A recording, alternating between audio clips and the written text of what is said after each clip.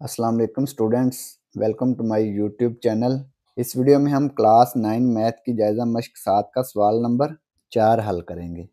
नकात 1,2 और 4,6 से गुजरने वाले ख़त की ढलवान मालूम करें। तो इसकी हमने ढलवान मालूम करनी है, यानी कि इसकी स्लोप मालूम करनी है। इंग्लिश में इसे स्लोप कहते हैं। सवाल नंबर 4, नकात क्या है? 1,2 और 4,6। ढलवान इक्वल है स्लोप।